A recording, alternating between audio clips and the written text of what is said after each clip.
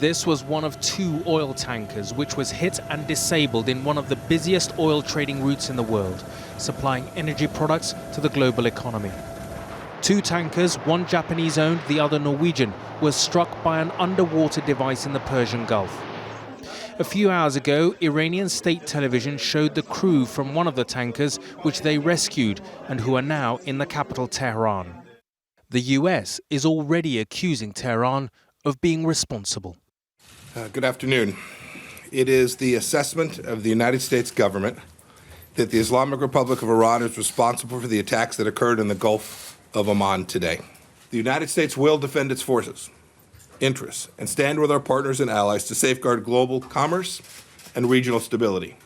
And we call upon all nations threatened by Iran's provocative acts to join us in that endeavor. The US government has imposed crippling sanctions on Iran, which it sees as the greatest threat to US interests in the region.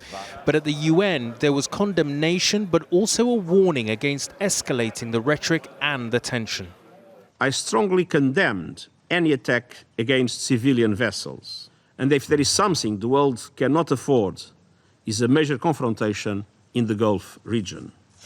Ironically, even though one of the ships hit was Japanese, that country's prime minister happened to be in Tehran, delivering a message from the US administration about terms for opening a dialogue, a message that was flatly turned down by Iran's supreme leader.